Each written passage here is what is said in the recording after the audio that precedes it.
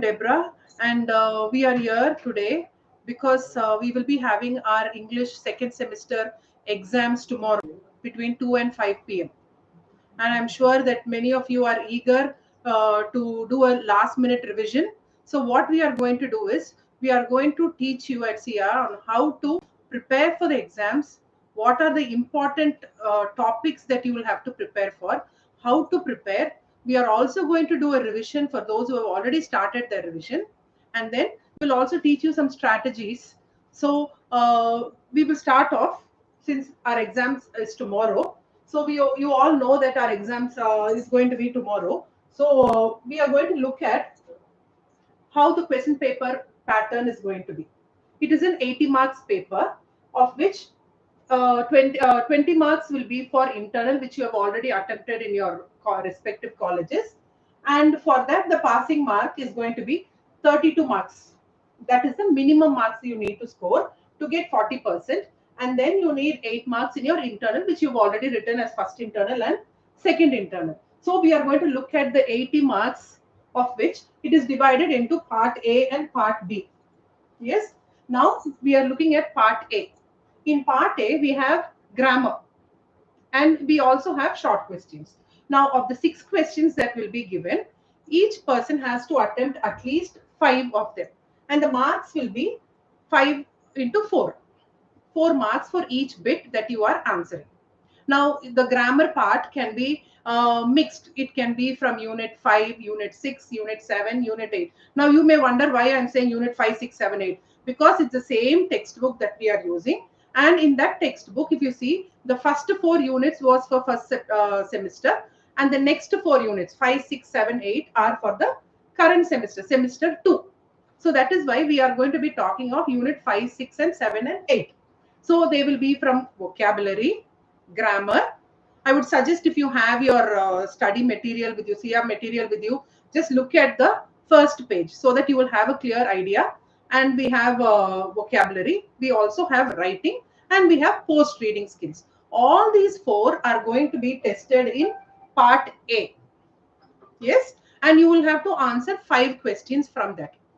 Now, some of you may wonder that, part A is very lengthy. You have a lot to learn there, especially grammar and vocabulary. And then we are moving to the next part where majority of the marks are going to be focused on, which is part B. In part B, you will find you will have 4 questions, 4 internal questions. For example, in the previous semester, we had questions like between unit 5, prose and poetry. So each unit has prose, poetry, vocabulary, grammar, and we have writing and post-reading skills. So it could be between prose and poetry of unit 5, unit 6, unit 7, and unit 8. So 4 questions is what you will be asked. And each question carries 15 marks. Okay, so your majority of the marks is going to come from part B. Yes, so you can just see, and then we are going to look at how we are going to write the exam. Now, this is especially very important for those who are, preparing for the exam towards the end, or where you can strategize. You can help. This will help you to score good marks also. Now you can follow the first strategy where you will answer part A, that is a grammar component, 20 marks, and then you will go to the part B, like how the paper is. Or you can give importance to part B, where it is for 60 marks. So for 60 marks, you will answer all the questions, and then you will move on to part A. Yes. Now in 60 marks also, you will answer questions whichever is easy for you first. Now, if you look at how the units are given, you will find that unit 5 is easy, or we could say even easiest. Then you can look at unit 7, then come to unit 6, and then go on to unit 8. So in that order, if you answer, you will be able to present the best answers that you know. Because these units have more simpler grammar, they have even easier literature, which will be easy for students to learn irrespective of your language background. Yes. Now you can just have a look at the question paper also. It is there in the app. You can check the question paper on the app as well.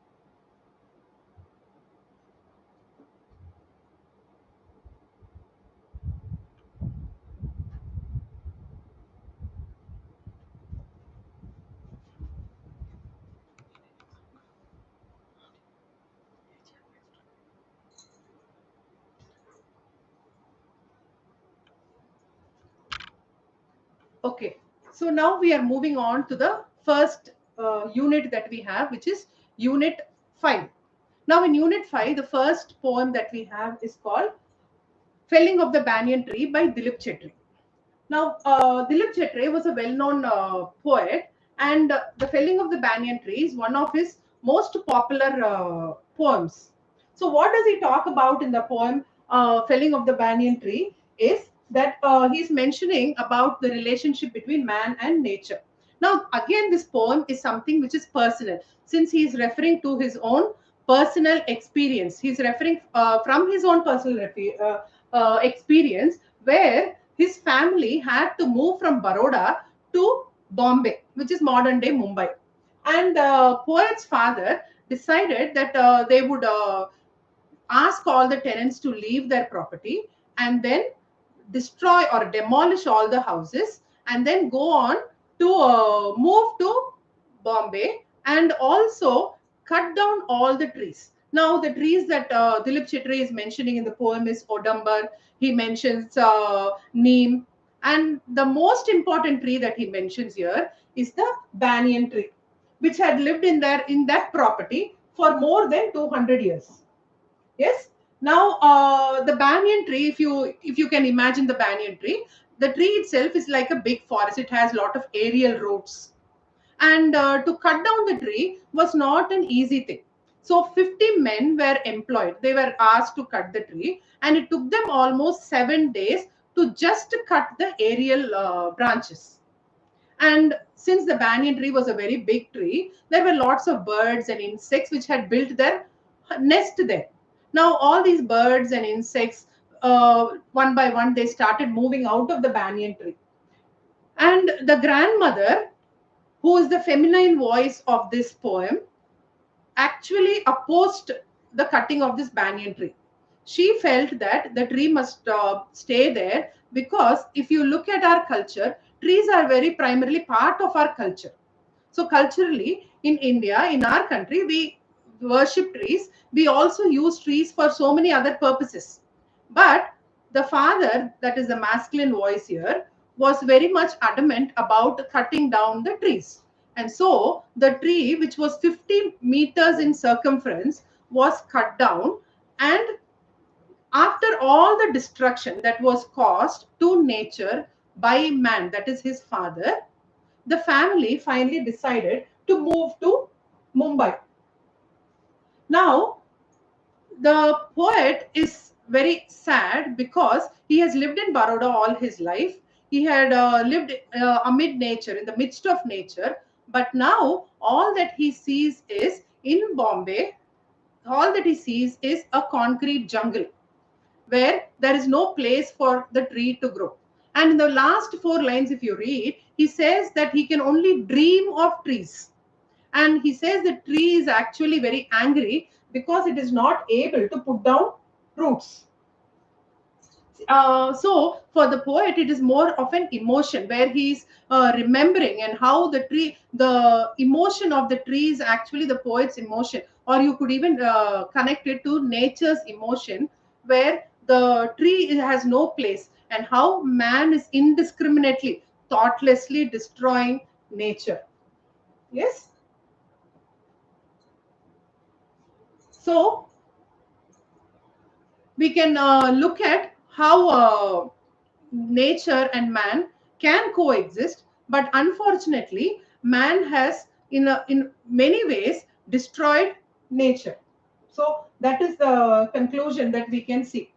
Now the answers are already there for you, so you can refer to the if you are already on the app, you can refer to the app, or if you are using the book, you can refer to it. The questions are given chapter wise. All the comprehension questions are answered for you, and the summary is also given to you. And if you have any doubts in this poem, The Felling of the Banyan Tree, please feel free to just post in your chat, so that we can answer whatever questions for you. Yes, yes, we will come. Some of you want grammar. Yes, we will be doing that as well. But we will be following the majority of the bits where you can score more marks, and then we'll move on to the grammar bit. Yes. So the next one that we are going to move on to is the bet. In the same unit, we have the bet by Anton Chekhov. He's a Russian playwright and author who generally wants human beings, his readers, to think, to introspect about human relationship, how they react in a very philosophical manner. Okay, so you will find that this story, the bet, is also written in a similar manner. And in the bet, you will find that the two main characters in the bet are the banker and the young lawyer. Now, the banker is a very rich man, and he has invited few people for his party. And in the party, the talk or the conversation revolves around whether there should be life imprisonment or capital punishment. So the young lawyer supports solitary confinement, life imprisonment, rather than capital punishment, because he feels that as human beings, we have no right to take another human being's life. But the banker feels that capital punishment is more humane, because a person suffers only once and he does not suffer again or for the rest of his life, because he is going to be alone, confined to a jail cell, and in prison where he cannot meet anybody. So there is a bet that is thrown, and in that bet, the bet is decided as 2 million rubles. And in that bet, it is decided that the lawyer will stay in the cell or in his lodge that belongs to the banker for the next 15 years without meeting anybody. And also, the only kind of communication that he will have with the outside world will be through letters to the banker alone, and the banker will provide him anything that he requires, whether it is food or books. But he was prohibited, not allowed to write any letters to anybody in the world outside. And the lawyer agreed to it, and the bet starts. And in the first year, the lawyer finds it very lonely. He starts reading classics, he reads romance, and then he moves on to other kinds of books. Namely, he goes to science and literature and religion. And then in the fifth year onwards, he starts learning different languages. And he finds that by himself, he was able to master so many languages. Now, after all the languages that he was able to master, he wrote a letter in all these languages to the banker, asking him to check if he had written it correctly. Now, on seeing all this, and after reading books on religion and science and philosophy, the lawyer started developing a new kind of philosophy where he felt that all this money was actually not very necessary for him. And so, what he did on the last day of the bet, that was 15 years later, that was few hours before, he decided that he would just leave the lodge, thereby forfeiting, giving up all the his demand for the money, and in such a way that when the banker who had lost all his money because of his investments in stocks in the stock market, who had actually come to the lodge to kill him, decides to read the letter which the lawyer has written. And finally, when he reads that, he is very much touched by what the lawyer has come to understand. And now, with this understanding, the lawyer leaves and the banker's money is also saved. Now, what is the conclusion that Chekhov brings from this? The conclusion that he brings is that people's mind, our philosophies keep changing. How does it change over a period of time? Knowledge changes our thought process. Yes. So you can see all the answers which are there in the textbook. You can check in your mobile app also. Each question, comprehension, 2 questions are answered individually for you, and they are also given as summaries for you. So that will make it easy for you to present your answers. Not only present your answers, but also help you to get good marks. Yes, because that is the idea of having live classes for degree, because in the last minute you will be able to know how to exactly present your paper. Yes, so I hope that this is clear for you, and then we can move on to the, if you have any doubts, we can just move on to the next unit.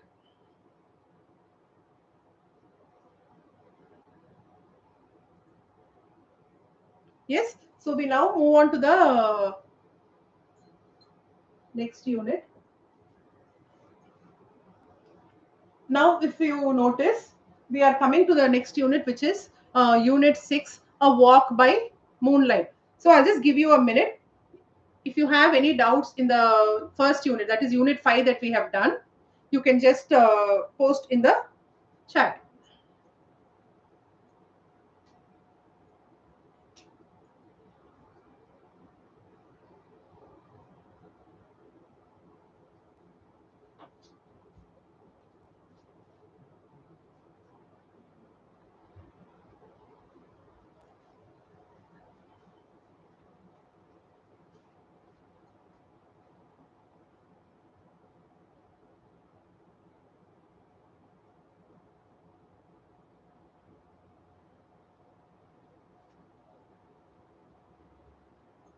Okay, so we move on to the next one. And in the meanwhile, I would also like to tell you that we will be having live classes for FA2. We will have degree live classes for BCom FA2, and the topics that will be covered will be Veeresh sir will be covering differential, Khan sir will be covering for FA2, and we also have for differential equations. Veeresh sir will be doing that, and probability also. And for that also you can log on. Keep watching the CR publication YouTube channel so that you will be updated on when the class starts, or these details will be sent to you on WhatsApp also. You can also WhatsApp and to find out all these details. Okay, so now we move on to the next unit, which is unit 6. And the first poem that we have is A Walk by Moonlight by Henry Derozio. Now, Henry Derozio was a very young poet who, when he wrote this, in fact, he died by the age of 22. And this poem basically talks about a walk that he took during in the evening time along with his friends, and in the moonlight he finds that the moonlight was something that captivated him to a very great extent, and that is exactly what he is describing. Now, although he was a young poet and he lived only for 22 years, his impact on Indian poetry has been quite immense. Yes. Now, when we are coming back, you can see that the poem. What is the poem talking about? It talks about how Derozio was able to connect with nature and how it actually awakened the his consciousness to know about the his walk in the moonlight and how he enjoyed the beauty, and he was able to introspect how we think of inanimate things, the sun or the moon. We don't think them as living things, but still they seem to be telling us a lot of things or teaching us life lessons. So the poet takes a walk in the moonlight with his friends, and the natural beauty inspires him. Now, when we say the natural beauty inspires him, Derozio talks about how the moon, he is actually painting a picture, he's using imagery, where he's describing that the moon looks like a lady who's clothed, who's dressed in silver. And not only that, when the moon comes out, it's a natural thing. We will find that everything is dressed in, so it all turns silvery in color, the leaves, everything. And in the evening breeze, it is like the leaves are dancing or to express their joy at the sight of the moon. The wind is happy. It is talking about its joy. He's expressing how different aspects of nature changes in the evening time. But generally, we find that we appreciate the sunlight. But here, Derozio says there's beauty in the moonlight also. And not only that, he feels that it is a very spiritually enlightening experience where he feels he's very close to God in the moonlight, where he's able to enjoy, because the distractions of the world are much lesser in the moonlight, that he's able to enjoy the beauty of God's creation. Now, if you look at some of the things that he's talking about the dancing of the leaves, the clouds which are divided to welcome the moon, and then the silvery moon itself, and then his self-realization that man is in fact connected with nature. We cannot separate ourselves from nature. Man needs nature. Now, the different figures of literary devices that he's using, that is imagery, where we are able to imagine. He talks about there was a dance among the leaves, as though the leaves were dancing like human beings. Then we have the alliteration where he's repeating. If you see, you will see who will www. That is what we call as alliteration. So you can find who will walk with me. So that is another literary device he's using. And then he's personifying nature as something which is living and breathing. That's why he says in the last line, he says that he is afraid to walk on the grass because he can hear the heartbeat of the grass as well. Yes. So the final message that he wants to leave is he wants to combine nature and the moral reflection, and also the timeless appeal that nature has. Nature is always in fashion. It never goes out of style. Yes. So that is another thing that he's mentioning. He's talking about. In fact, he's you could consider him as a romantic poet because he enjoys the beauty of nature. Yes. And furthermore, if you want, you can just go check on the app for all the details. I hope all of you are already on the app so that you can get your answers, which is a very easy way. And also another thing I would like to once again tell you is the order in which you are writing. Now, the first unit, that's one of the simplest units that we have unit 5, which has the bet and also the felling of the banyan tree. So I would suggest that you attempt that first in part B, if you are going to follow the second strategy of attempting part B first. Yes. So now we move on to the next lesson that we have.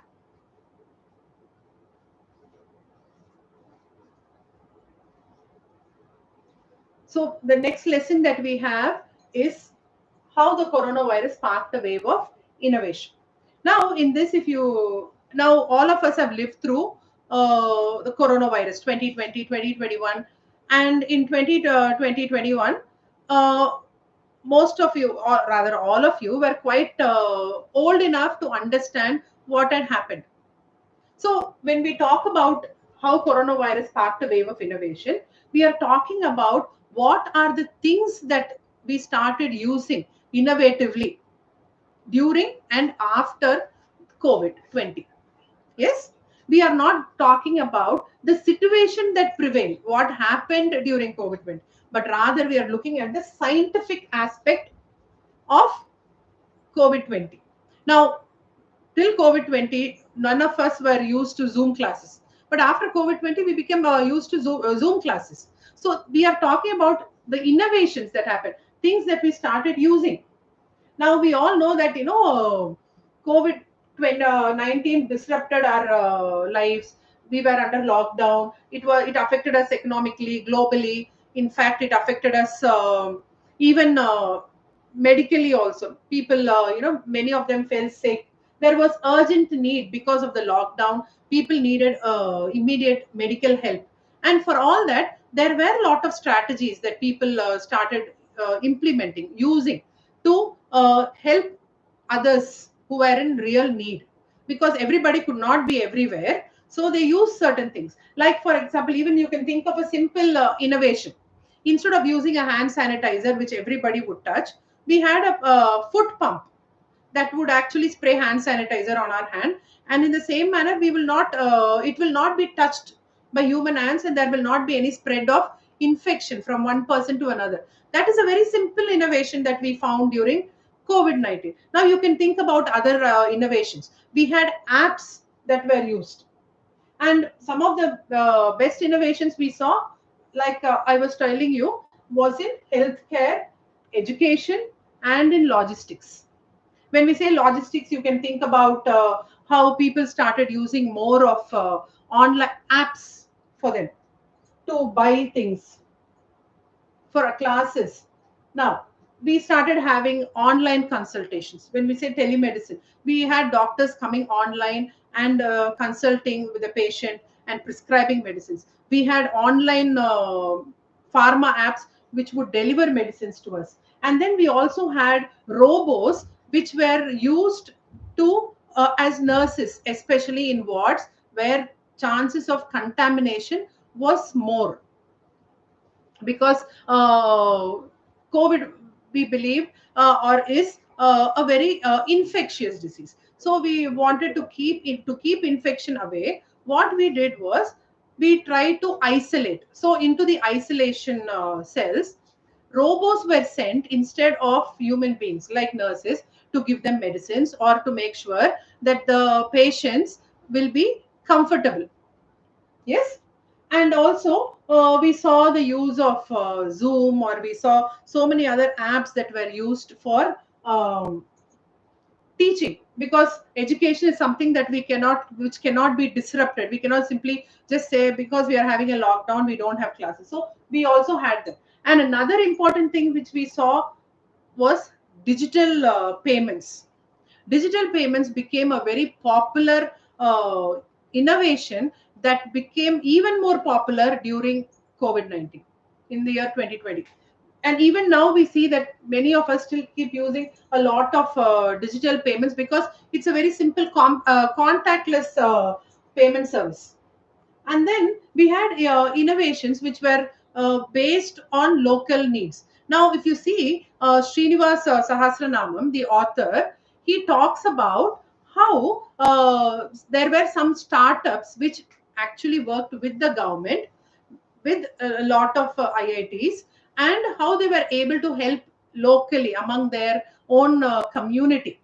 And so he talks about how the Go Kerala app, how it was able to send messages to people in the local language, even to people who did not have a smartphone. So they could just send an SMS to them, and that would be very useful for them. And that way, it was a very localized way in which innovations were passed on for the people, because they were not able to, in general, all of us were not able to go out. Yes. Okay. So that is one of the innovations that we see about. Okay. I hope this has been quite understanding for you.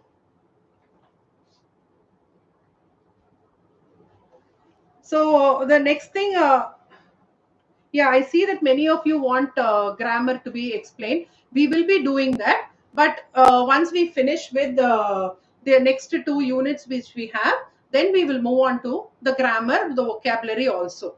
We will make sure that all the bits are covered for you. Yes. So if you have any question, please feel free to post it in the chat.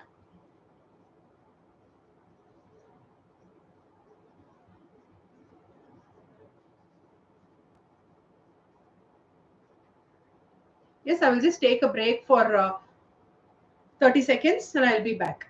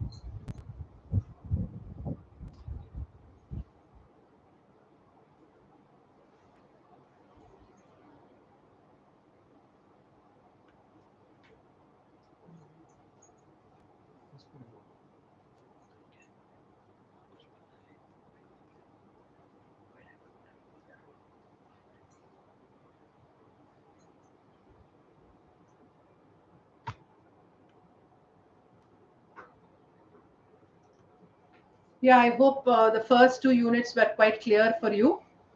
And you can just go through the answers also. And now we are moving on to the third unit, that is unit 7. Now, in unit 7, the poem that we have is called A Different History by Sujata Bhatt. Yes, and Sujata Bhatt is an Indian born American who is now living in Germany, and she talks about the cultural changes that she faced when she moved from India, that is from Gujarat, Ahmedabad, when she moved from there and she went on to live in the US, and then later on she moved to Germany. And in this poem, she writes about how language can affect and culture can be affected when people move from one place to another. Yes. So, and how language actually affects our identity. Now, why does she talk about this? Is because India for a long time was under colonial, under the British. We were colonized. So she talks about how English can affect our culture and what the effect it has on our behavior and on our mind. And for that, she's using herself as an example. Okay, so she has written this in the context of post independence, after the British had left the country, and how English at that time was considered to be a language only for the rich, for the elite. Yes, and so she talks about how when she moved from our country, she talks about the freedom struggle that we had, and also during the struggle we had Swadeshi movement, where we believed in everything made in India. And then she talks about her own personal experience where she moved from India, where there was a lot of culture, for which she refers to. She talks about how there are gods and how the pages are turned. That is what she starts. When she starts the poem itself, that's what she says. Yes, she says that in India, we worship so many things. We worship trees. We worship the book, that we turn the pages very gently. We are not very harsh with the way we turn the pages. And then she says how when she has moved away from India and she's gone off to a foreign country, especially the US, from her life history, you can see she finds that English has now taken the place of her mother tongue. Now everything is being replaced. Now she thinks in English and she feels that culturally also she has made a very big shift. Yes, but her question here, the idea of the poem itself, she feels that every culture, every heritage should be appreciated. No culture is beneath another culture. Every culture is to be appreciated. We need to learn to respect each and every culture. That's why she talks about multiculturalism, because there is good in all cultures, there is good in all languages as well. Yes, and then she says how we cannot force one particular language, and then she talks about how the colonialism has affected, and then she goes on in the end in the poem. She says the very language which her grandparents, that is her grandparents who were living in India at that time, that is before independence, how they all fought against it, and now that has become the very language in which their grandchildren are communicating. See, that is the irony that she's trying to bring out in this poem. That's why she says a different history altogether. A history which was one thing when she lived in India, and then when she's relocated from India to the US, and how culturally things shift. Now we find that in our country we do things differently.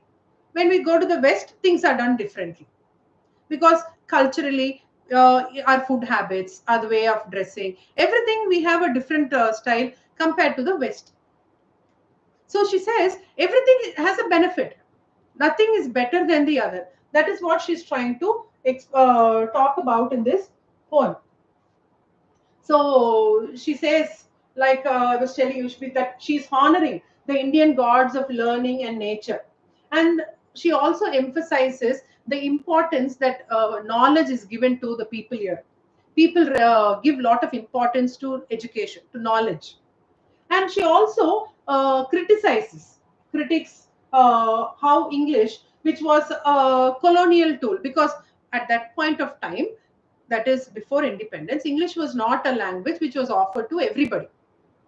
It was only people who were educated, people who were rich, who were able to learn the language. But now today we don't find that the case. Every English is a language which is available for everybody. Everybody can learn the language. It is very easily approachable to the common person. And then she talks about how cultures can be lost through due to a language. How when language is given more important, culture can actually take a back seat. That is what she's trying to convey in her uh, poem. So the message that she wants to share is the language and identity of people, which is carried through their culture, and then the cultural displacement that happened to her personally when she was shifted, or when the family moved from India to US, and then the effect of colonization on one's identity and the traditions, many of which were lost or were given up after colonization, or where we thought we allowed westernization to come in. And then she talks about why we need to respect our tradition. And then she's comparing it with the tradition with modern influence. Yes, and then she says both can coexist peacefully. We only need to know, we should be wise enough to use both in a manner that they do not compete with each other, but rather coexist with each other. That is the final thing that she wants to tell in her poem. So it is a reflection, to put it in a nutshell, it's a reflection of India's cultural journey. It blends respect for the past with questions about present identity. Are we losing our identity? That is the question. And also, she's challenging our readers to think critically about how we use language for power, and or are we using it to build our heritage. That is another thing that she's trying to ask through the same poem, a different history. Yes. Okay. I hope this is clear for you. And again, in the meanwhile, I would like to just tell all of you that we will be doing grammar. We will take half an hour for the grammar session, where we will cover all the vocabulary and the grammar parts in detail. So just stay, so that we just have another 1.5 units, and once we are done with that, we will move on to grammar, and everything will be explained in detail for you. Yes? Okay. So we move on to the next one, which is Toni Morrison's Nobel lecture, which was delivered on the 7th of December in 1993, when she won her Nobel Prize for Literature. Now, Toni Morrison was a Black American. Yes, and she is writing this, or rather she delivers this lecture based on that background, you know, from her background of how the African history has progressed, and how now the freedom that they enjoy, that is what she's talking about here. And she was the first African American to win the Nobel Prize. And also the metaphor, what she is using here as metaphor. Now, remember the word metaphor, we are going to be looking later on in grammar also, is where we are equating. We are not contrasting, we are equating, where she's equating an old woman and to a language and a bird. Yes, to the writer. Now, the old woman and a bird, that is what the story she starts off in the lecture. And then she explores how language has a lot of power in how we communicate, in how we use it to express our thoughts. Yes, that is another thing that things she wants to talk about.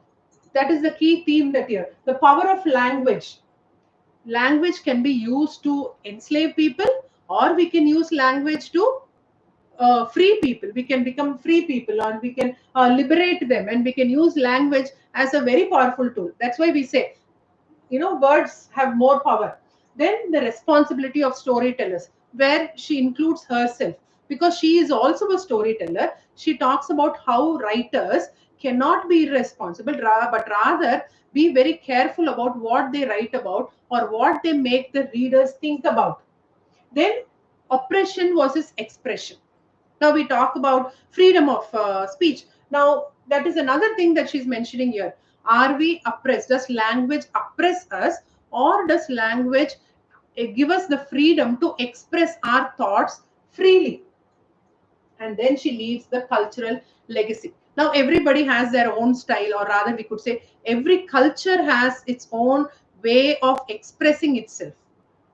Now we have Indian English, we have American English, we have British English, we have African English, and every culture will draw from its own cultural background, heritage, to explain, or to convey some idea, thought, or philosophy, which is very easy for the people from that cultural background to understand.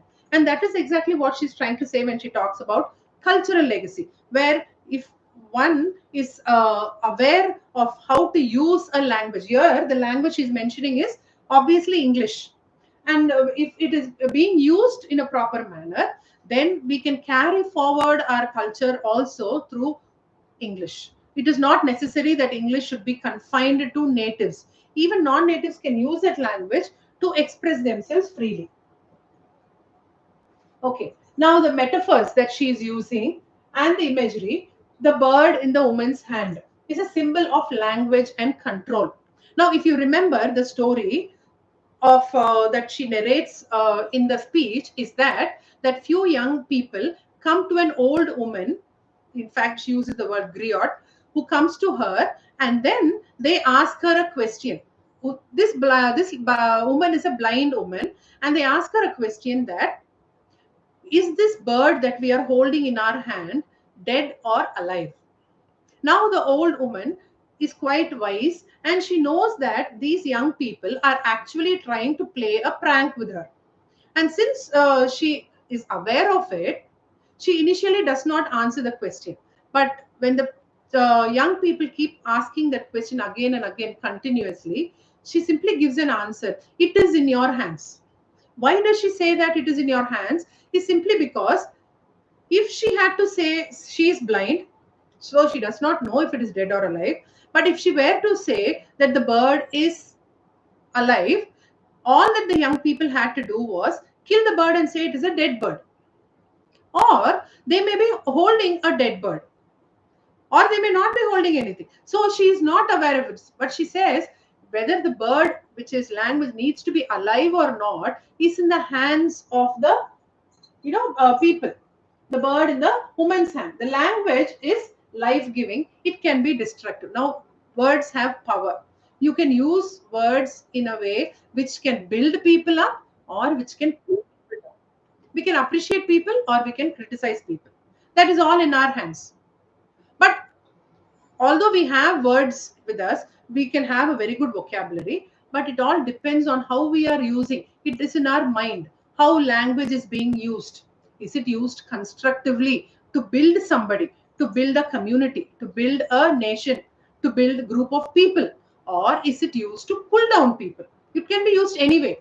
Now who has that power? The one who's using the language. That's why she says the bird in the hand.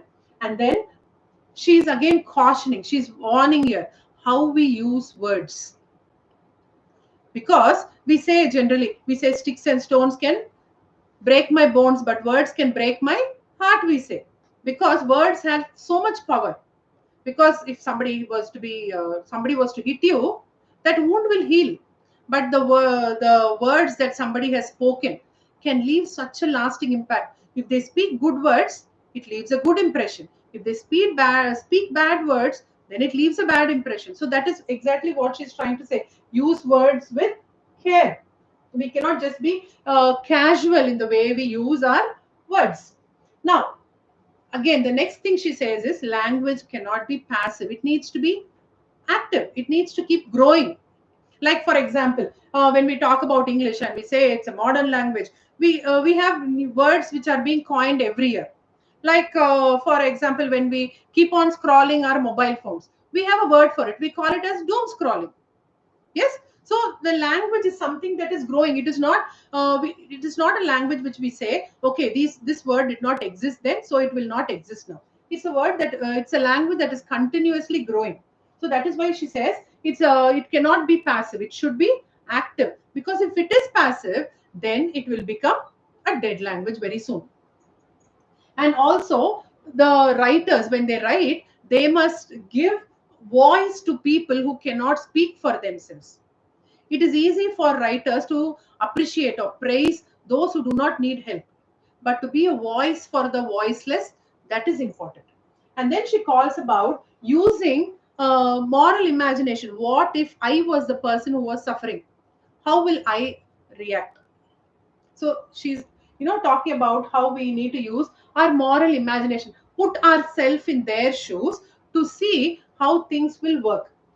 And the last thing that we need to see is Toni Morrison's speech was delivered in 1993, so many years ago.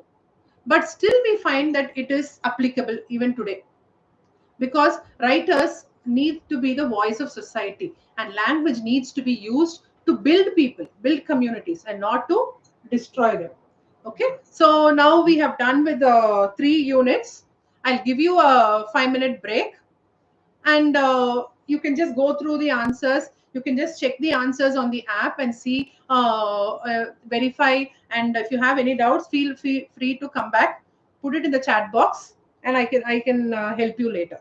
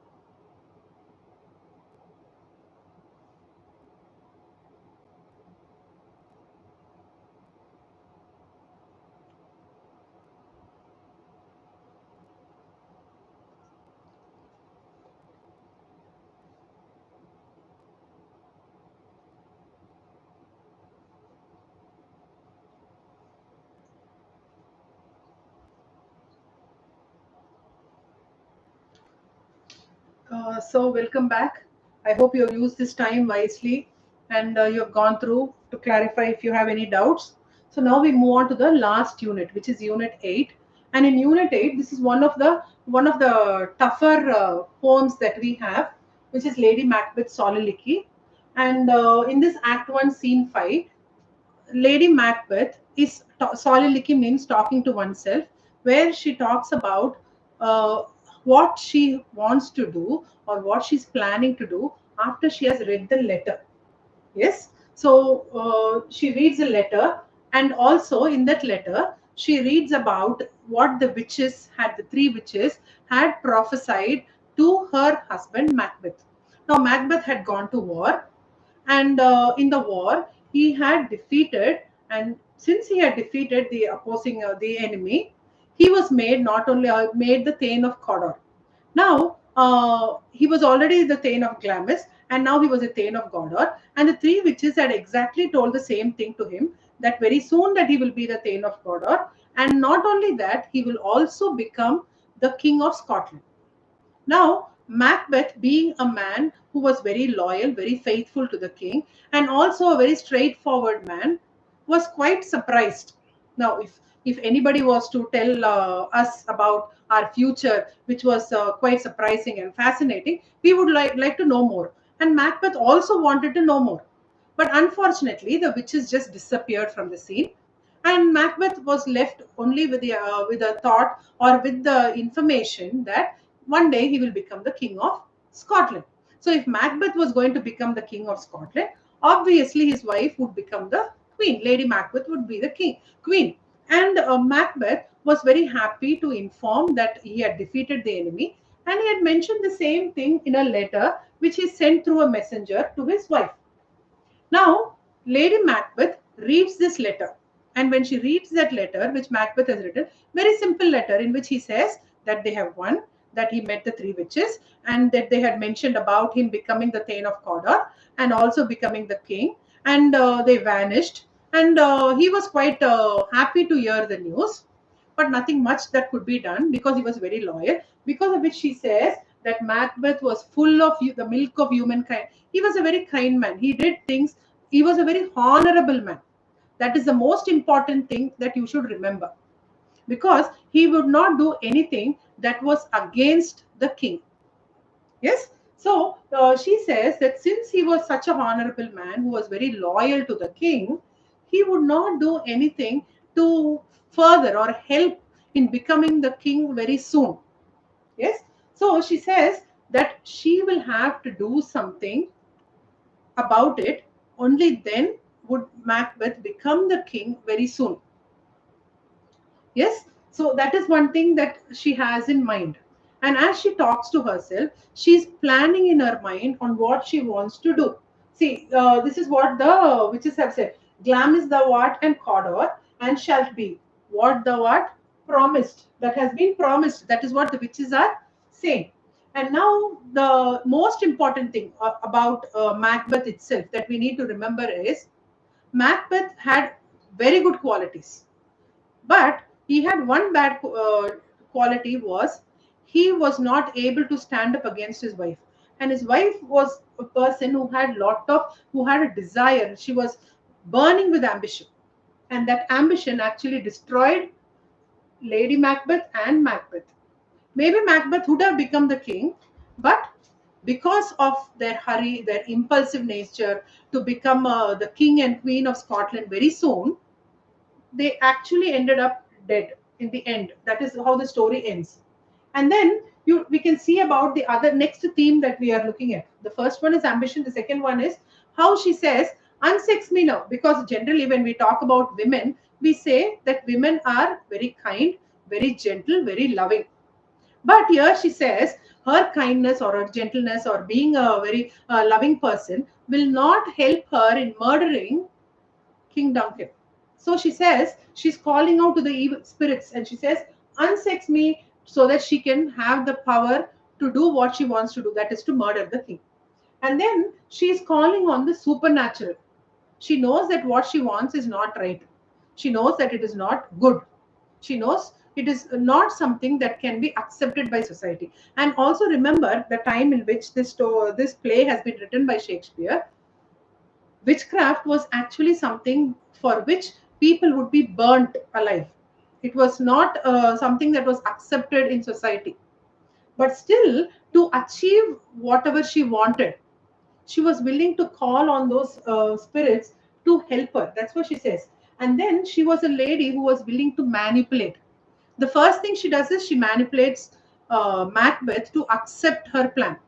And then she manipulates the rest of the play to make sure that Macbeth becomes king very soon and he does not have to wait for his time. Everything in life has a time, a season, but she was not willing to wait. She wanted everything quickly, instant.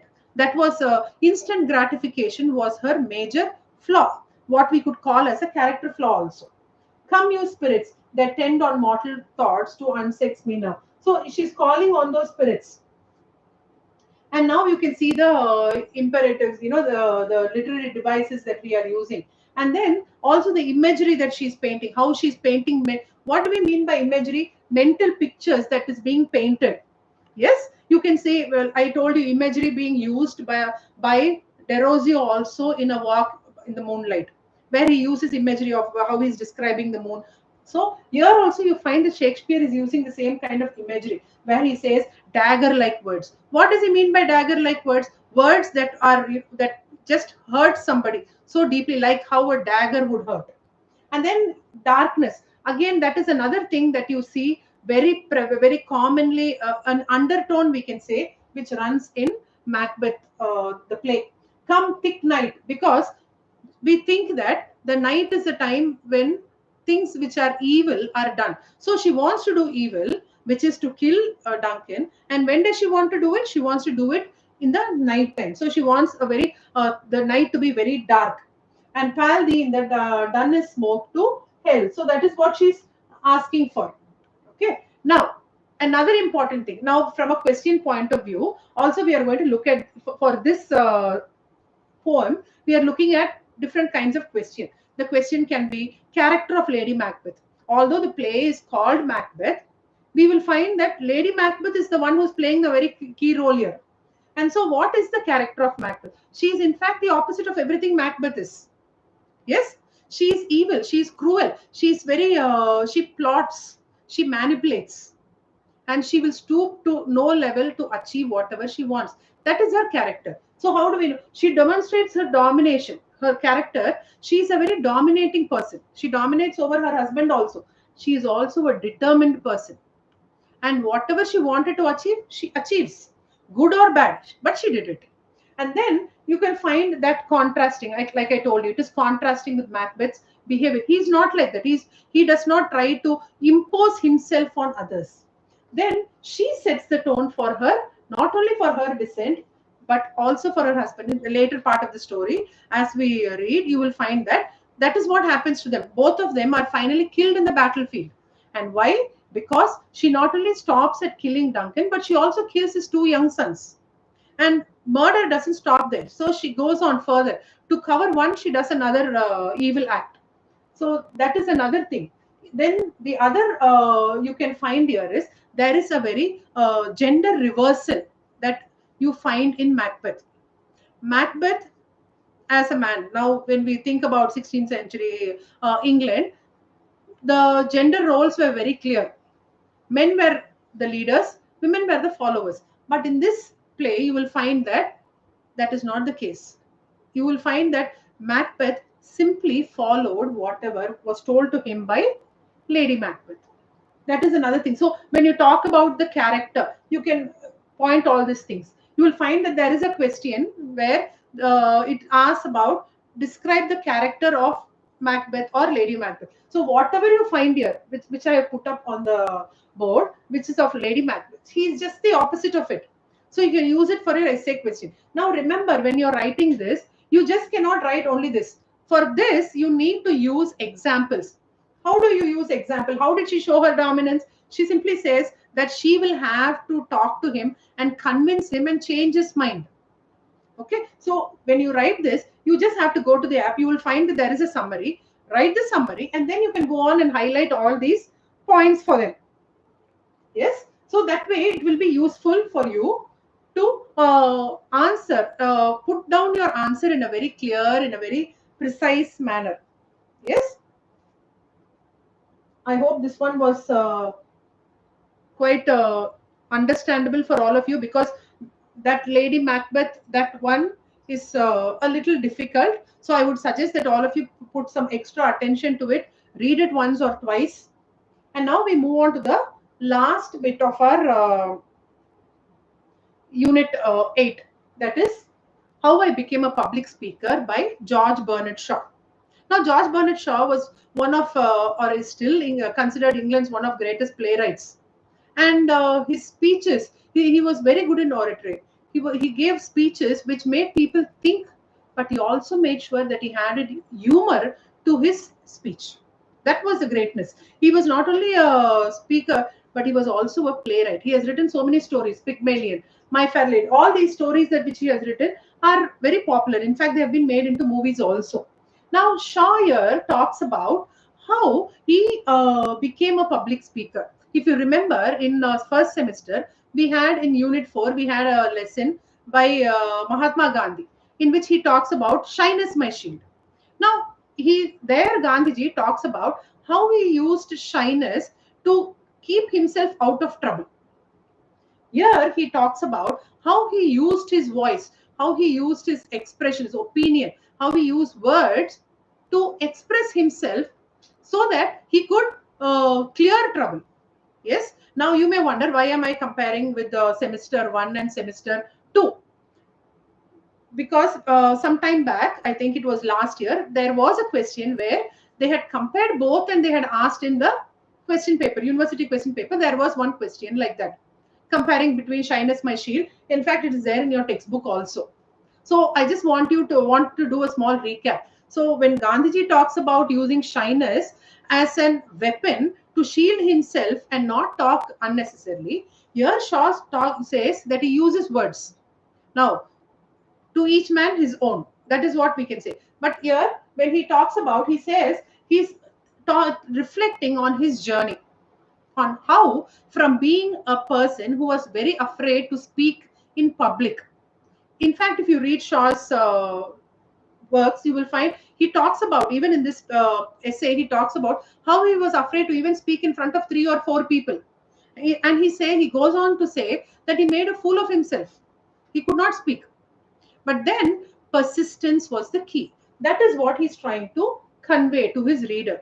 How he continually kept speaking again and again and again, and how he prepared he was, so that in the end he was one of the most acclaimed and sought after speaker in England. Yes. So initially he was shy, he was very fearful. So when he went to all these debates and discussions, he was not a person who spoke. And even if he spoke, he wanted to say something and ended up saying something else. But then he understood that speech was something that was very important if we had to voice our opinion. So what did he do about it? He joined various debating societies. He did not just keep to himself. He did not say, I want to learn, and he was just reading books. He rather joined societies where there would be debates, and where he would be able to voice his opinion, where he would be able to speak in front of people who were not known to him. That was the idea. Not speaking to people who were known to him, but to speak in front of people who were unknown to him, and in a very clear and logical manner. So he starts off by saying that he was very uncomfortable, and he had a lot of anxiety where he could not speak. Now again, coming to Mahatma Gandhiji's shyness my shield, Gandhiji also refers to that. He says he could not even read words that were written on his paper, and somebody else, Sarjit Majumdar, had to do it for him. Yes. So here he says, but then again he realized that he could not hide behind fear, or he could not be shy, but rather he started practicing. And further down, he says he went for debates and speech anywhere, even if it was on the corner of a street, or for a group of people, 4 people in a house, he would go there to speak. And that is what helped him to become a better speaker. Persistence. Then he joined the Fabian Society, where he started getting more exposure. and he started being involved in debates, where debates could include so many things. And in Shaw's own words, he says that he debated generally on things that were controversial, so that people would be able to think about it. And he also developed a unique style where he mingled humor with the way in which he spoke, so that people would be able to relate to what he was saying and would not just be hurt by what he said. And we could also call him as a reformer. Like I told you, he always chose topics that were controversial. He made people think about it. So that was again his legacy that he left behind for people, so that people, even today, we read about him, is because of what he has been able to do for the people around, or made us think about it. Yes. So I think this is clear. And now that I finished all the 4 units, what I would like to all of you to do is, I would like you to just put the answers that you have. Yes, the summaries. So in general, when you write an answer, I would basically suggest you write the introduction for the summary. If a question is you can write, you have to write the introduction. For example, if we are talking about, I'm just using this lesson itself as an example for you. So you're going to write an introduction about George Bernard Shaw, that he was a playwright, he has written Pygmalion. And then you are going to talk about the summary. And if the question, for example, was about a comparison between Mahatma Gandhiji's lesson essay and Shaw's essay, in the end you will talk about how each one used their own, had their own strategy on developing themselves or becoming a better individual. Yes. So that is how you go. But always remember, the essay of whatever that you have learned is very important. What the lesson carries has to be mentioned with the introduction. Then you go on to the conclusion. The conclusion is going to be answer to the question. But to come to the conclusion, you need to write the summary. Without the summary, you cannot come to a conclusion, because you need to think that the person to whom you are writing needs to understand, and for that they need to write. Yes, they are all English faculty, but still that is how it is supposed to be presented. Yes. So is it clear for all of you? Because now I'm going to move to the grammar part. Yes, I know many of you have been asking for grammar. Now, in grammar, I have divided it into 2 groups. If you have your study material or your textbook with you, you will notice that each unit has vocabulary, then it has grammar, then it has writing, and then it has post reading skills. So what I have done is, I have clubbed all the vocabulary together for you, and then we will move on to the grammar part next. So that way, all vocabulary is in one place and grammar is in one place, and it will be easy for me to explain and for you to understand also, because they are all linked one to another. Yeah. So we are starting with the first part, which is oxymoron and hyperbole. Now, when I talk about vocabulary, please remember all these vocabulary that you have, oxymoron, hyperbole, they are all, and we also have simile and metaphor. They are all figures of speech. Yes. And whenever we mention the word vocabulary, remember always, vocabulary, unlike grammar, does not have or does not follow any set rules. It is something that is generally accepted. Yes. So you and I cannot debate on why it is like that. That is how it is. Whereas in grammar, we have reasons as to why we do not use or write or speak in a certain manner. Clear? So with that, we are moving to oxymoron and hyperbole. Now, what is an oxymoron? Oxymoron basically will always have 2 words. Yes? For example, if you see, we have deafening silence, or we have living dead, bitter, sweet. Now, 2 words. Now, if you look at the words, you will find one bitter. Opposite of the word is sweet. So what is an oxymoron? Oxymoron is a word, is a set of words where you will find 2 opposing words put together. Yes?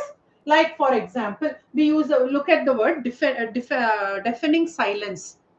How can silence be deafening? There cannot be any sound, right?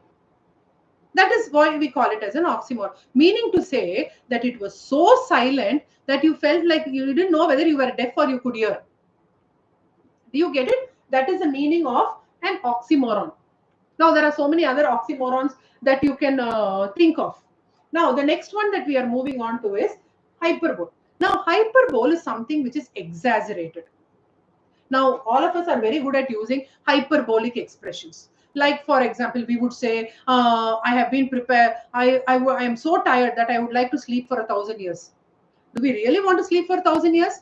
All we are trying to say is that we are very tired and we want to sleep for a long time. But to instead of saying that we want to sleep for a long time, we exaggerate.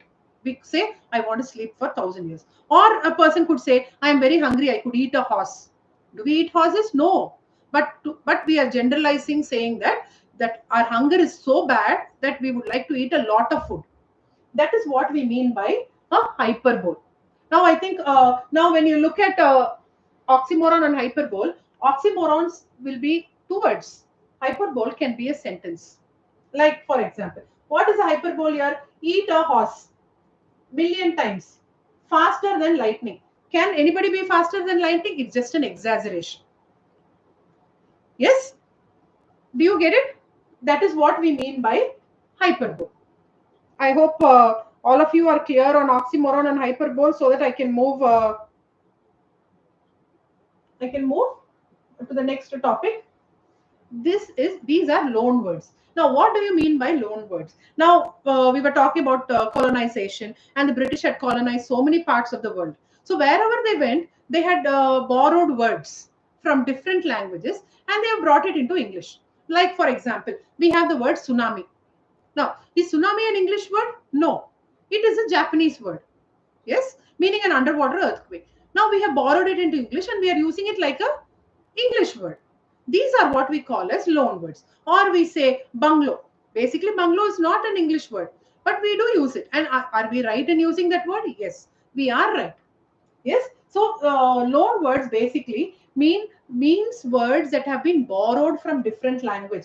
Words like we could say ballet or kindergarten or piano, karma, safari, bungalow, rishi. All these are gully. All these are words that have been borrowed from different language. Even the word cash has been borrowed. There are so many words which have been borrowed from Indian languages also, from Sanskrit, and from we have borrowed words from. I'll just make it a little. Yeah, we have borrowed some words from Sanskrit or from Hindi, or we have borrowed words from Tamil also, where we say cash. Yes, so there are so many words that we have borrowed from other languages, and when words are borrowed from other languages and they are used in English like English words, we call them as loan words. Yeah.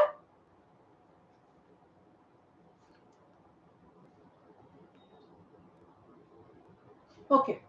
I think this is clear.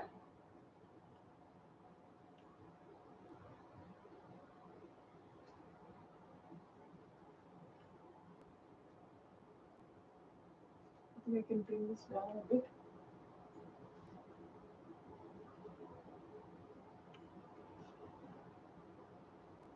I think now you can see it.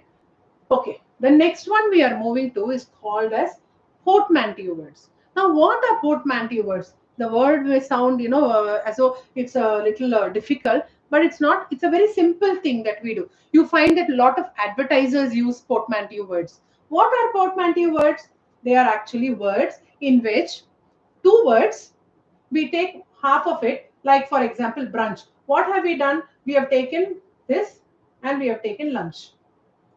We have cut this word and we have used UNCH, where words, we take half of one word, half of another word, combine it together and form a new word. And what do we, and that is brunch. So breakfast and lunch, we have combined these two words and we got brunch. Now this is a very easy way of learning vocabulary, building your vocabulary also. Now what is breakfast? Something that we eat in the morning. What is lunch? Something that we eat in the afternoon. Now we have formed a word called brunch. Now what is brunch? Something that is eaten between breakfast and lunch. So the meaning also becomes easy. You know the original words, you know the meaning of the other portmanteau word. Now that is what we mean by portmanteau. See the next word we have motor plus hotel. It is something where does a motor vehicle run? It's on a road. So hotels, so somewhere which is closer to the road. That is what we mean by a motel. And the same thing with smog or information or edutainment. These are all words or frenemies. You don't know whether it's a friend or an enemy, or an enemy or a friend. That is also another portmanteau word that we have. We have blogs and we have vlogs. All these are called portmanteau words. Okay, so we move on to the next one, which is simile and metaphor. Now, again, in poems, you would have found that we use a lot of simile and metaphor, especially. Now, what is a simile? Simile is when we compare. How do you differentiate between a simile and a metaphor? By you just see these words, like or as. When we compare something to somebody, then it is called as simile. When we equate it, then we call it as metaphor. Now, in simile, to identify in your exam when you're writing, the easiest way to identify your simile is to look for these words. Yes, her smile is like sunshine. He's as brave as a lion. Now, the same sentence I can change it as he's lion hearted. Now, that will become a metaphor. Why? We are comparing that person directly to a lion. Now, what is a lion known for? Lion is known for its bravery. So, when we call somebody a lion heart, what are we saying? That the person is very brave. Now, if I'm using as, then it becomes a simile. Now, when I compare, remember it very easily. If I compare, then it is simile. If I equate, it is metaphor. Time is a thief. Bombay is a concrete jungle. I'm not saying Bombay is like a concrete jungle. If I were to say Bombay is like a concrete jungle, then it will fall under simile.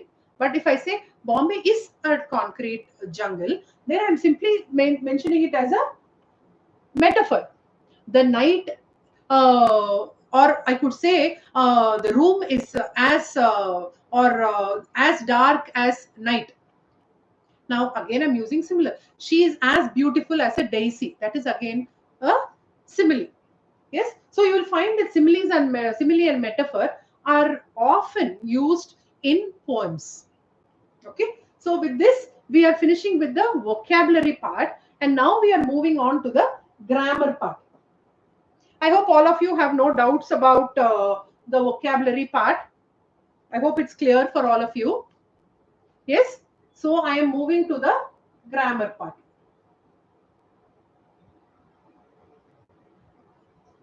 Okay.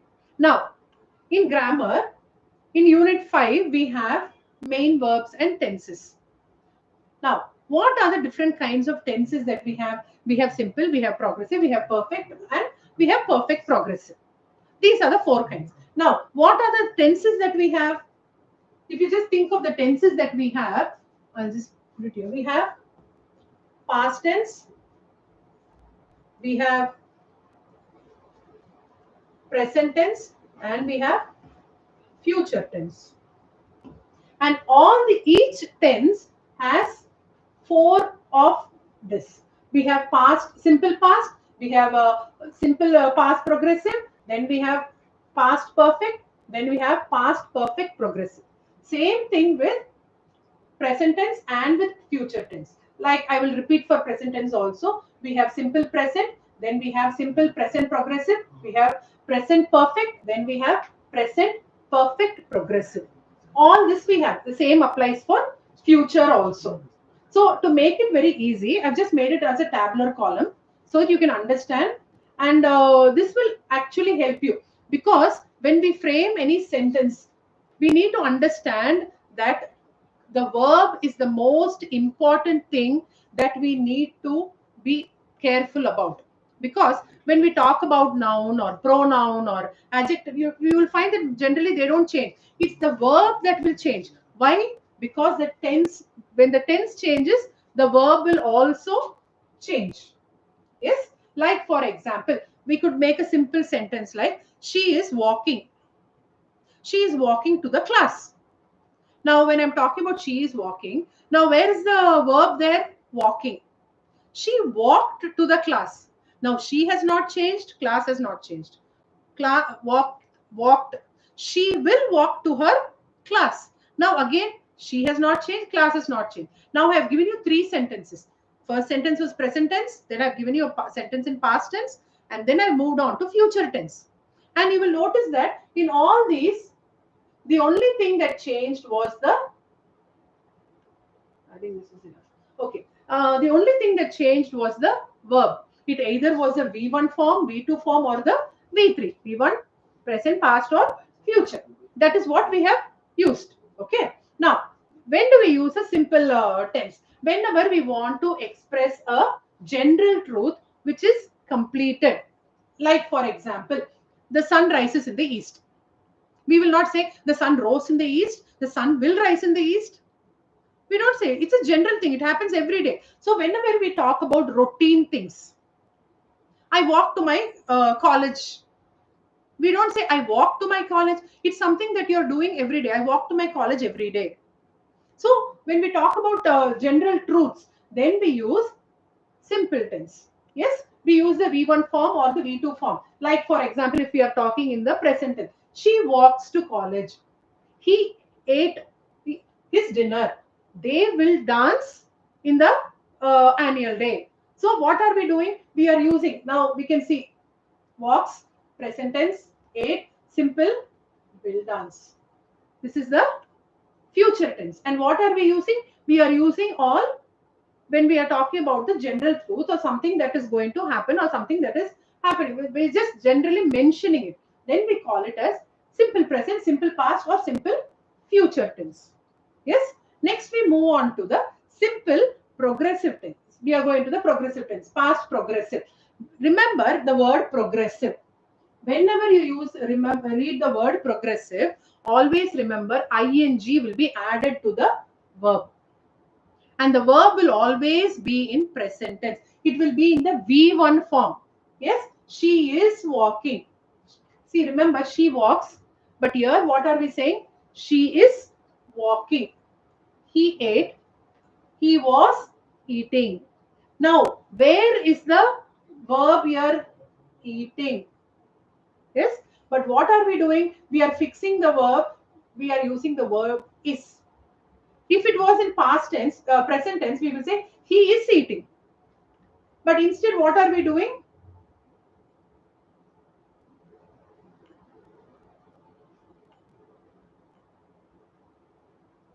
I think this is, some of you are finding it difficult. I think this is big enough for you to see. Yes? Okay. So, okay. We were here. She is walking. He was eating. And they will be dancing. Now, where is the progressive tense that we are using? Now, am, is, are, was, where, will. These are what we are using. And that is B forms. And then we are using the V1 form of the verb. That is the present tense form of the verb is what we are using along with ing. Remember, progressive always have ing added to it.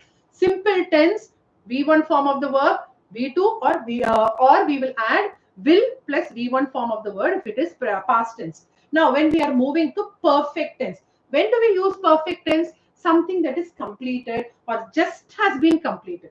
Now, what we have, she has walked a mile.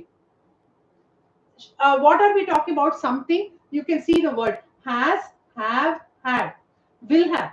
Now, this is another thing that you should notice when we do grammar. Had will always come for only past tense. It will come only for past. She had a pen. That means she had one pen. Right now, she does not have a pen. She has a pen. She had a pen before also. Right now, she has a pen. Now, has. Now, the other next thing you can ask is has and have. Now, when do we use has? Has when we are talking about he has, she has, it has. But when do we use have? They have. They have a beautiful house. Yes, when we are talking about more than one people. When we are talking, Then we use plural forms, we use have. Singular form, we use has. Now, when we come to the future tense, we will find we will use will have. We will not will had, we will not use will has, but we will only use will have plus the will v3 form of the verb. That is again when we come to us, he will have we will have danced, he will have finished his book by the time, or he would have finished his studies. All that we can read. Okay, now next we are moving to perfect progressive. Now we are talking about something that is going to come up. Yes, again we are finding whenever we talk about perfect, remember has, have, had. Whenever it's progressive, we will always find the V1 form with the ing in the word. So has, have, had, we will have the same thing. Whatever I told you for the perfect tense applies here for perfect progressive. The only difference is we are going to add ing, like how we added here. Yes, progressive tense. What did we have here? We had am, is, was, were, all that we had. Here we are adding, because it's perfect, we have as, had, have, will have. These are what we are adding. Will have been. Now here we added be. Now here we are adding been. So whenever it is a person, if they ask you in the question, identify the tense. Perfect progressive. You have to see been will be there. Then you know it is future perfect progressive tense. Very easy to identify. Keep this in mind. When you learn this part, then this becomes very easy.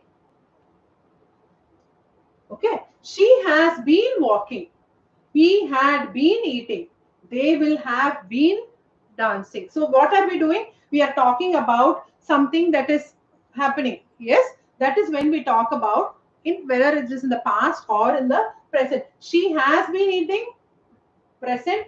He had been eating, that means he had been eating. For example, some of you may ask, what is the difference? Now you can understand. When she has been walking, when she came across a she has been walking for let us say for the past 1 week, or we can say he had been eating when I called him. So there is one action happening, then there is another action happening, meaning to say when one action was happening, that actually in overlapped over the previous action. That is when we talk about he had been eating when I called him on the telephone. Okay, so what was that person doing? Something which happened in the past, which is continuing when this present action happened. They will have been dancing by the time we reach there. So what would have happened? They will be dancing, and when will they be dancing? When they reach there. So there are two actions that we are talking about. But remember, this is main verb. So we are only looking at the main verb. That is why the sentences are up to here. We are not adding anything more than that to it. Yes? Is this clear?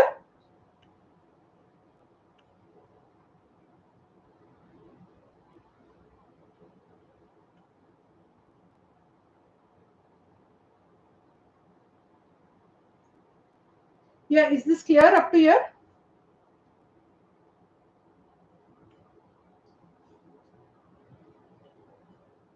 Okay, we now move on to the non-finite verbs. Now, what are non-finite verbs? If you remember, I told you previously, verbs always carry tenses.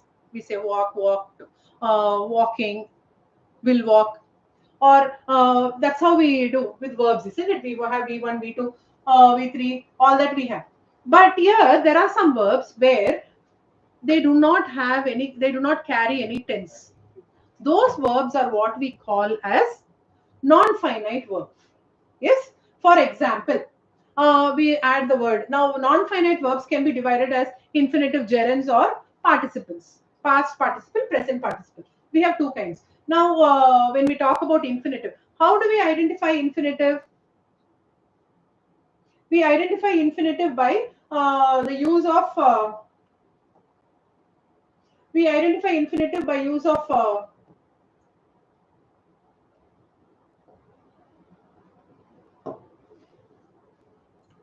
run, to eat. Okay, we see the word to. Yeah, to is the word that you need to understand when we are using a infinitive. Now you will also notice that learn. We are not using the word learnt. We are not using the word will learn. We are not using the word learning, but rather we are using the V1 form here. To learn, to travel, not traveled, traveling. All that we are not using. So you can understand whenever it's an infinitive, you will always. I love listening to music.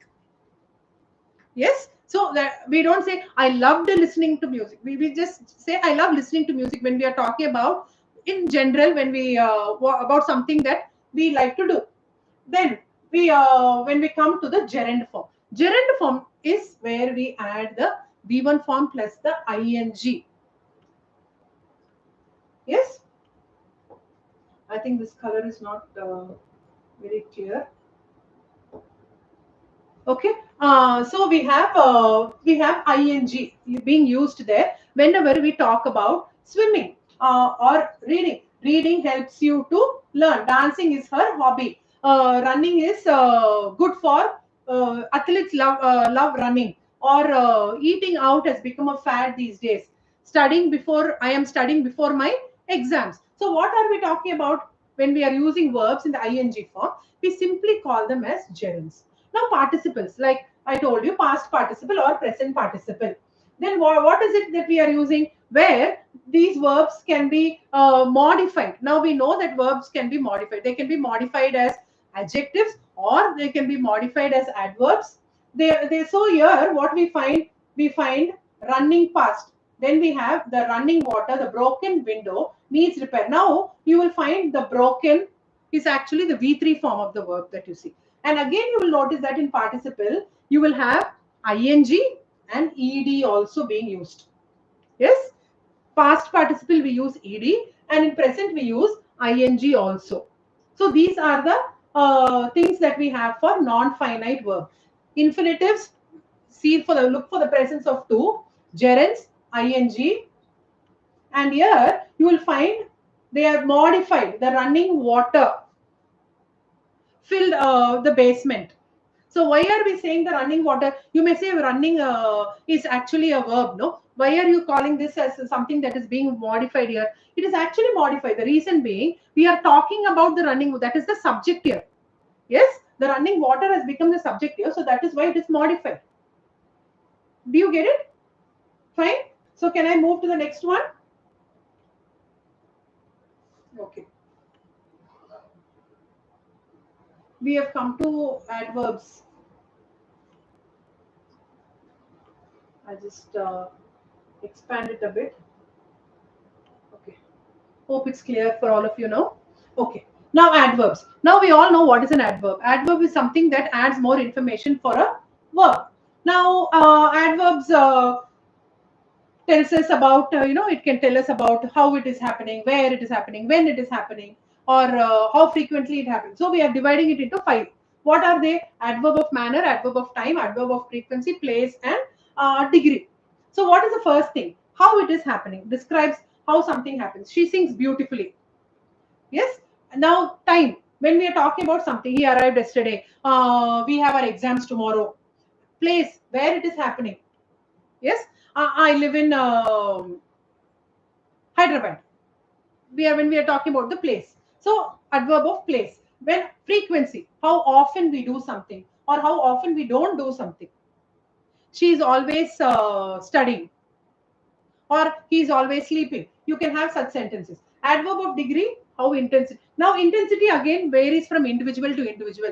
You could say she has a beautiful voice, or you could say she does not have a beautiful voice. Or when we are talking about something, we are saying little, very, some, few. All these, when we talk about the degree in which they are happening, then we call it as adverb of degree. Yes? Yes? Is it clear? I think, yes. Adverb of manner, how it happens. Adverb of time, when it happens. Then adverb of place, where it is happening. Frequency, how often it happens or how often it does not happen. adverb of degree about the intensity in which anything happens or anything is going on. Clear?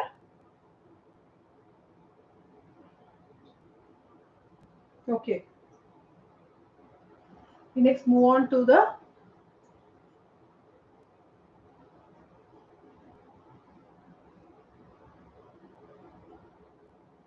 last one.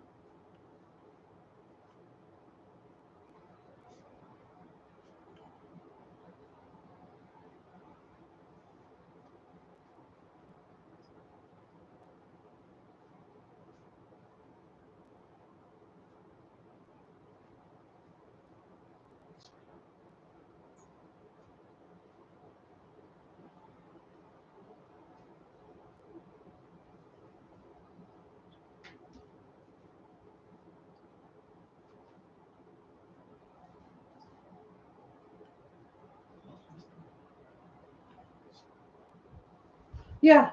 I think I'll just go on to the last two ones that we have. We have done non-finites, and we have also done main tenses.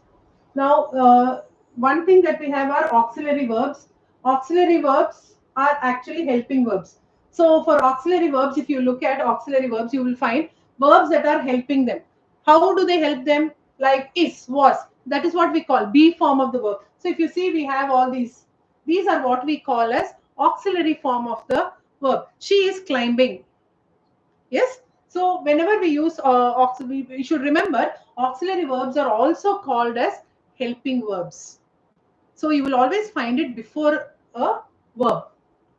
Like she is walking, he was eating. So am, is, are, was, were, will, all the be, all these are what we call as helping verbs. Yes.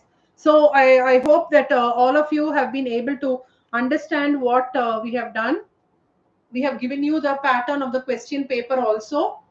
We have, I've told you how to write the paper, how to present the paper, because presentation is also very important.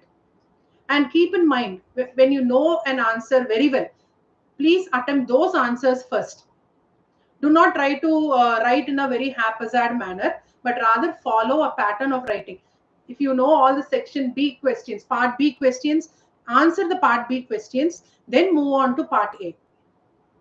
Do not try to write half of part A, part B, part A, part. Please do not do that. Try to follow a proper pattern of writing, and also use the app. All the questions are given very clearly in a very concise manner. So when you go through it, it will be very useful for you for preparing for your exams.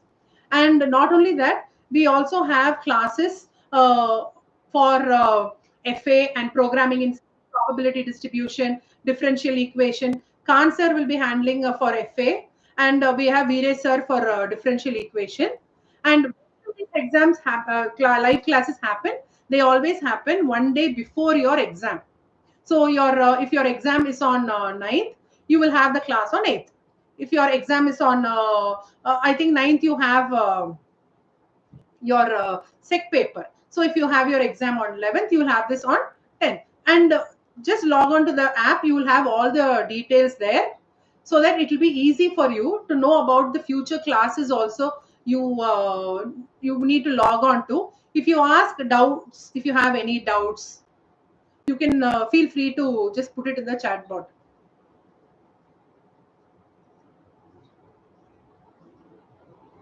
If you have any doubts, feel free to ask, because we will be ending our class now.